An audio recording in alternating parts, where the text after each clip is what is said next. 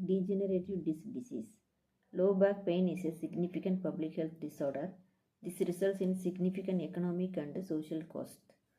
Acute low back pain has a duration of less than 3 months. Chronic or degenerative disease has a duration of 3 months or longer.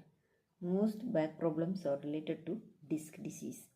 Pathophysiology.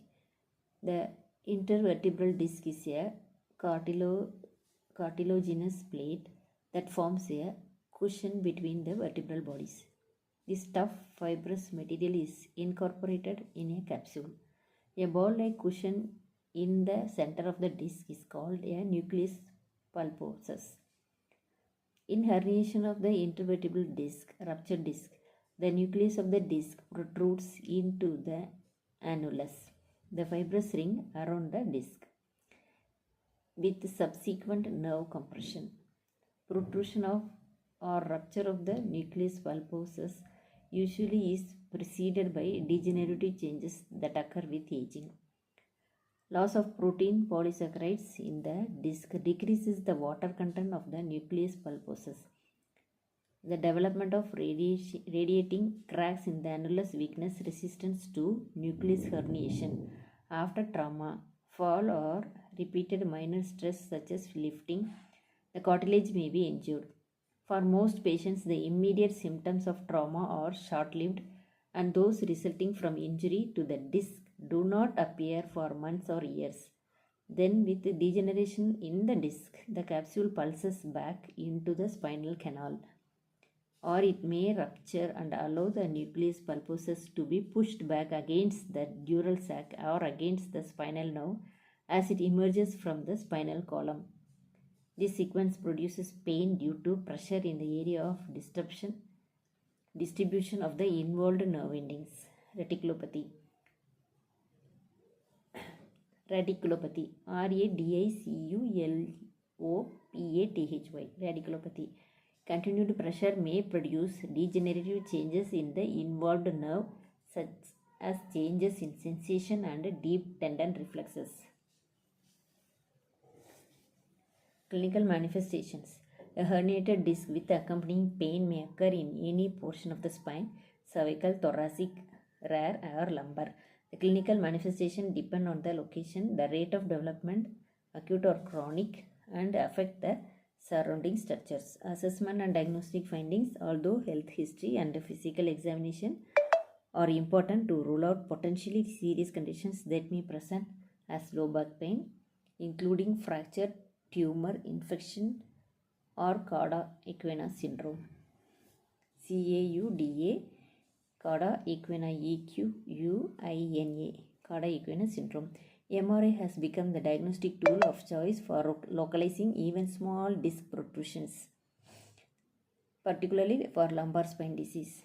MRI, CT and myelography are then performed. A neurologic examination is carried out to determine if there is reflex sensory or motor impairment from root compression or to provide a baseline for future assessment. EMG may be used to localize the specific spinal nerve roots involved. Health history, physical examination, MRI, CT and myelography. Last one, EMG. Medical management. Herniations of the cervical and lumbar disc occur most commonly and are usually managed conservatively with bed rest and medications. The specific conservative management strategies along with the surgical interventions for each form of herniation are discussed. Surgical management. In general, surgical excision of the herniated disc is performed when there is evidence of progressing neurologic deficit, muscle weakness and atrophy, loss of sensory and motor function, loss of sphincter control, and continuing pain, and sciatica. Sciatica is leg pain resulting from sciatic nerve involvement that are responsive to conservative management. The goal of surgical treatment is to reduce the pressure on the nerve root to relieve pain and reverse neurologic deficits. Microsurgical techniques are making it possible to remove only the amount of tissue that is necessary, better preserving the integrity of normal tissue and imposing less trauma on the body. During these procedures, spinal cord function can be monitored electrophysiologically. To achieve the goal of the pain relief, several surgical techniques are used depending on the type of disc herniation, surgical morbidity, and overall results of surgery. This dissectomy, removal of herniated or extruded fragments of intervertebral disc, that is dissectomy. Second one, laminectomy, removal of the bone between the spinal process and facet pedicle junction to expose the neural elements in the spinal canal. Allows the surgeon to inspect the spinal canal, identify and remove pathology, and relieve compression of the cord or roots. Hemilaminectomy, removal of the part of lamina and part of the posterior arc of vertebra. Fourth one, partial laminectomy or laminotomy, creation of a hole in the lamina of the vertebrae. Fifth one, dissectomy with fusion. A bone graft from iliac crest or bone bank is used to fuse the vertebral spinous process. The object of spinal fusion is to bridge over the defective disc to stabilize the spine and reduce the rate of recurrence. Sixth one, forminotomy. Forminotomy.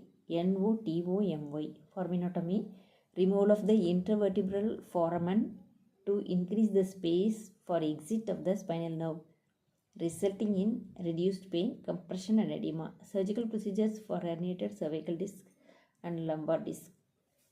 These are the risks for that.